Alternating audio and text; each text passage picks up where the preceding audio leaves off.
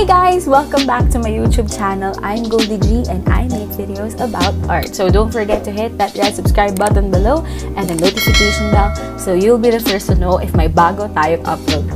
Oh my gosh, na-miss ko yung intro ko. Yes, I'm back. I'm still alive. Yeah. It's been a long time. Parang feeling ko mga magpa 5 months na hindi ako nagvo-vlog. Na-miss kong magsalita sa cellphone by myself. Na-miss ko na magchika. And oh my gosh, thank you so much sa lahat ng mga sumuport sa akin and nandun for me. Syempre, alam nyo naman, I don't know if alam nyo lahat, but I've been through a motorcycle accident last December. Kasi may ginawa akong video, but I don't know if mauuna tong ma-upload or yung isa ma-upload. I don't know. Kasi alam nyo naman ako, lagi akong throwback kapag nag-upload ng video. Ayun, so wait lang. Time check na ba? Bakit parang tahimik ang paligid ah? Wait lang, anong oras na ba? Guys, kita nyo ba yan? Oh my gosh, hindi nakikita. 12:11 na ng madaling araw. Naisipin ko lang ulit na mag-camouflage art. Actually, ang dami nagsasabi na, oh, kaya ko na ba? Okay ka na ba? Ganon. Actually, itong eye ko, kita nyo naman, medyo namamaga pa siya, ganon. Tapos, ito yung mga stitches niya. Medyo natakpan lang kasi nag-foundation ako. Yun lang, hindi niya gaanong natakpan kasi sobrang dark talaga yung areas na yan. Yun. Tapos ito, here's my baby hair. Kasi na-shave yung hair ko nung time na nasa hospital ako na tinatahi. Yan, may baby bangs tayo. Hindi ko alam kung anong gagawin ko sa kanya. Basta nakaganyan na lang siya. Ang dami kong daldal. Na-miss kong magsalita na nagva-vlog. Hindi ko alam kung ready na ba ako, ganon, na humarap ulit, na mag-vlog. Kasi, honestly, medyo nade-depress ako sa condition ng face ko. Kasi ito, parang makikita niyo siya, parang puffy pa siya kasi namamaga. Sabi naman ng doktor is mawawala din yung pamamaga and magsusubside din and then babalik din yung eye shape, ganon. And then,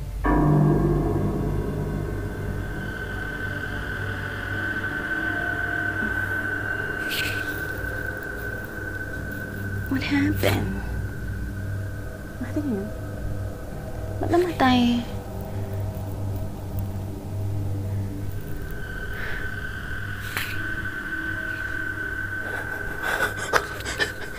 Yung puso ko, putik. Sakit.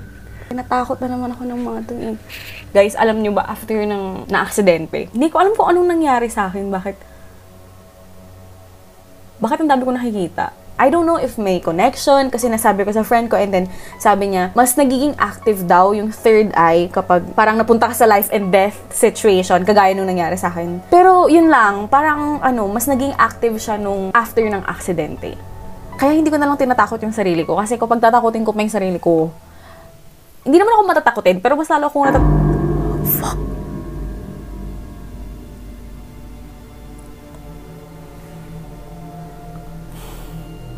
Hindi ko alam kung pundido na ba.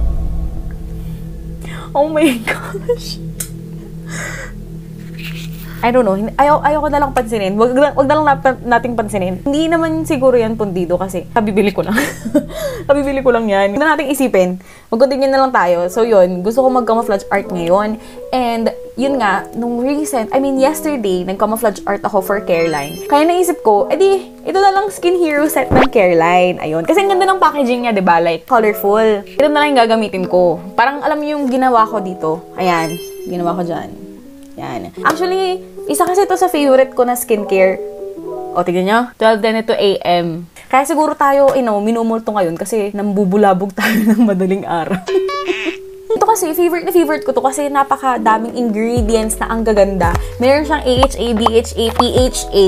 Meron din siyang niacinamide. Trinay ko lang siya and then hindi ko pa siya nakikita yung effect kasi parang 1 week ko pa lang siyang ginamit. Tapos, pinamigay ko sa mga friends ko itong kasi marami silang pinadalang ganito and then pinamigay ko sa mga friends ko. After 2 weeks, nag-i-improve yung skin ko, ganon. Oh my gosh, kailangan ko pala to, ganon. Tapos nagsisi na ako na nagbigay ako sa mga friends ko. Kaya ako tuloy nawalan. And so magsimula na muna tayo sa outline. Naiwan ko kasi yung mga paints ko sa baba. Nasa Baguio ako ngayon. Itong poster paints yung ginagamit kong alternative kung wala ako nung mga face paints na dala ko. Untoxic naman to. So parang hindi siya ganoon ka-strong. But be careful na lang. Ayun, pag gagamitin nyo to. And mag-ingat kayo kapag mag-outline kayo. Kasi doon nakasalalay yung overall na itsura ng artwork. Oh, tingnan nyo. Gino-joke time tayo. may naman, kumikinang-kinang na naman siya. Kanina wala. Hayaan nyo na yan. Okay, so mag-outline na muna tayo. Ito, gagamitin ko siya na ganyan. Hindi ko alam kung matatakot ako o mag-worry ako kasi baka baka masunog yung saksakan. Kasi patay sindi eh. Kunin na muna natin yung base niya, which is color, ano ba? Ano bang kulay to? Pink, tas may pagka-peach. Baka sabihin nyo dyan, lasing ako. At hindi ko ma-distinguish yung mga color dito. Kasi actually, i-chismis ko lang. Kasi iba na aksidente kami. Ngayon, ang kumakalat na chismis, lasing daw kami. Bakit aksidente sa motor? Lasing agad? Hindi kami lasing nun. Hindi, kasi ako mismo, hindi ako umiinom. Marami akong mga friends, patunay na hindi talaga ako, umiinom ng alak. Hindi nyo ako makikita sa kahit saang mga bar, ganun. Kasi, I'm a workaholic bitch. Mas gusto ko na lang magstay sa bahay at magtrabaho at kaysa sa lumabas at mag-party-party, ganun. Yung mga tao na nakakakilala sa akin, alam nila yon. Hindi ako umiinom, hindi ako pala party. Kaya yung mga nagsasabi dyan na lasing kami, nung time na nadisgrasya kami, ay naku, tigilan nyo na pong pagpapakalat ng fake news. Kasi nakakainis eh. Parang pinupunta yung blame sa amin dahil kami yung nabuhay. Ano yun? Parang, so porket kami yung nabuhay, parang kasalanan na namin na nabuhay kami. Hindi ba pwede na mas magdamo lang talaga ako kaya hindi ako namatay? Ganon. Wait lang. In-explain ko kasi yan sa video na to eh. Ilalagay ko na lang yung link dyan and then dun yung makikita lahat ng details ng nangyari. Kasi dun ko kunento lahat. Ayoko na kasing alalahanin pa. Alam mo yun? Basta yun, ika-clarify ko lang. Baka kasing dami pa rin mga chismis na umiikot hanggang ngayon at hindi pa rin natatapos. Hindi po ako at hindi po nakainom yung kasama ko. Hindi po kami nakainom nun. Kami po yung binangga ng tricycle. Nasa right lane kami. Nawawala na tuloy ako. Ang haba ng chika ko about dun.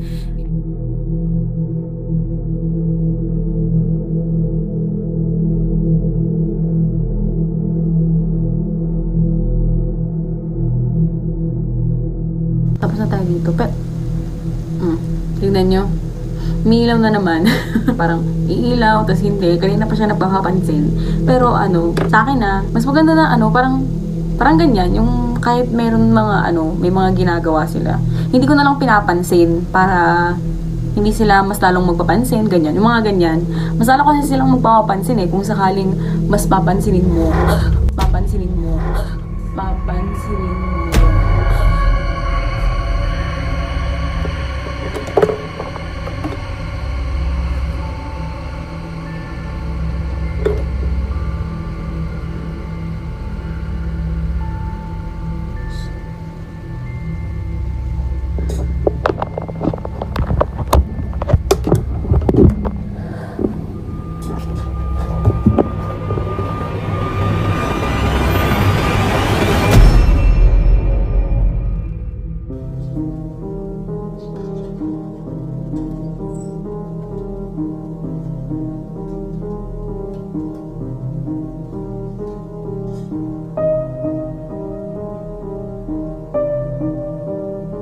Wala, mag-isa lang po ako.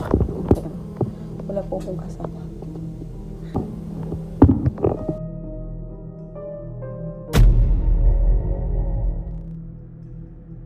Umabot na siguro ng mga 1 hour na nandun ako sa labas.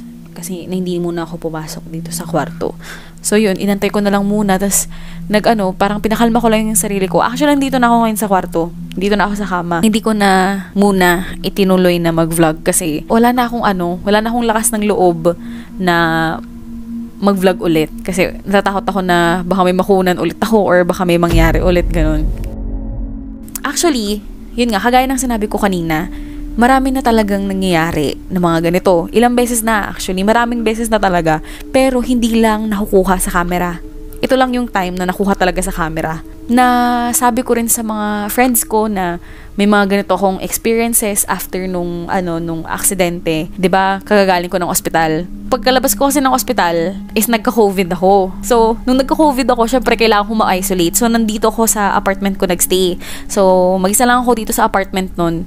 Tapos yun nga, nanaginip ako. Pagkagising ko, nag-sleep paralysis ako. Hindi ako makagalaw. May nakikita akong shadow sa harapan ko. Nakatutok lang sa akin. Tapos hindi ko magalaw yung katawan ko. Parang mga ganun na eksena. Lagi, parang araw-araw nun, kakagaling ko sa ospital. Hanggang sa nawala na lang siya. Hindi ko alam bakit may mga ganitong manifestations. Ang daming gumagalaw sa kwarto ko kapag tutulog ako. Alam mo yung parang, hindi ko naman nilagay yung upuan dito bakit pagigising ko nandito na? Yung ganon. Tapos yun nga, bakit yung cabinet, sinara ko yun ng tulog ako. Tapos ngayon, nagising na ako ng morning, bukas na sila, as in bukas na bukas talaga. Sabi ko nga, marami na talaga akong experiences. Pero ito lang yung first time na nakuha talaga sa camera. So yun, I'm so sorry kung hindi ko na natuloy yung camouflage art. Hindi ko siya kayang ituloy sa ngayon. Siguro gagawin na lang natin yun ng morning. Marami nagsasabi na may connection yun dun sa Laperal House. Diba, alam nyo naman na pumunta ako sa Laperal House and then may manifestation nga. Nagkaroon ako ng scratch, nahawi yung buhok ko. So, marami nagsasabi na baka galing doon, nasundan, ganun. Tapos, nangyari pa sa amin yun, yung aksidente. Actually, kasi, nangyari yun, yung sa Laperal House, July nangyari yun.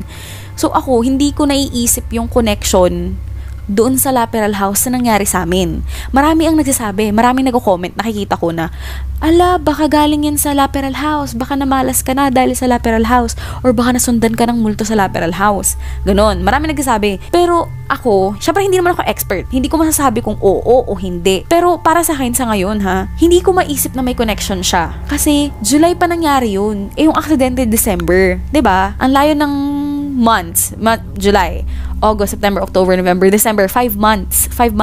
Pero syempre, hindi naman ako expert dun. So, hindi ko alam kung meron nga bang connection or wala. Sa mga experiences ko ngayon, hindi pa naman ako nasasaktan, pero ayokong mag-isip na parang may mangyayari pang mas worse. Sa ngayon naman kasi, meron ngang mga nagpaparamdam, may mga na-feel ako at may mga experiences, pero sa tingin ko, hindi naman siya ganun kagrabe. And na-feel ko na siguro makukuha pa naman to sa na parang mawawala na lang siya on their own, parang siguro mag-i-stop din to eventually. Hindi ko alam, siguro kung mag-seek ako ng help sa mga friends ko, kasi may mga friends din naman ako from church, and then mag-seek din ako ng help kay pastor namin, ganun. Siguro yun muna yung mga gagawin kong ways. Pero sana naman hindi na siya grumabe pa. Kasi hindi naman ako nag-expect ng worse, pero syempre nakakatakot naman yun na mangyari kung may mas grabe pang mangyari. Bibigay na lang ako ng update sa kung ano yung happening, ano yung sinabi ng mga experts, at ano yung sinabi nila pastors namin, kung ano yung gagawin ko. And yun, if ever meron din kayong suggestion kung ano yung pwedeng gawin, pwede nyo ring i-share sa akin, i-personal message nyo ako sa Facebook or sa page, or dito sa comment section, pwede nyo ring i-share para naman alam ko yung ginagawa ko. Ayun, thank you guys so much. I'll see you next time.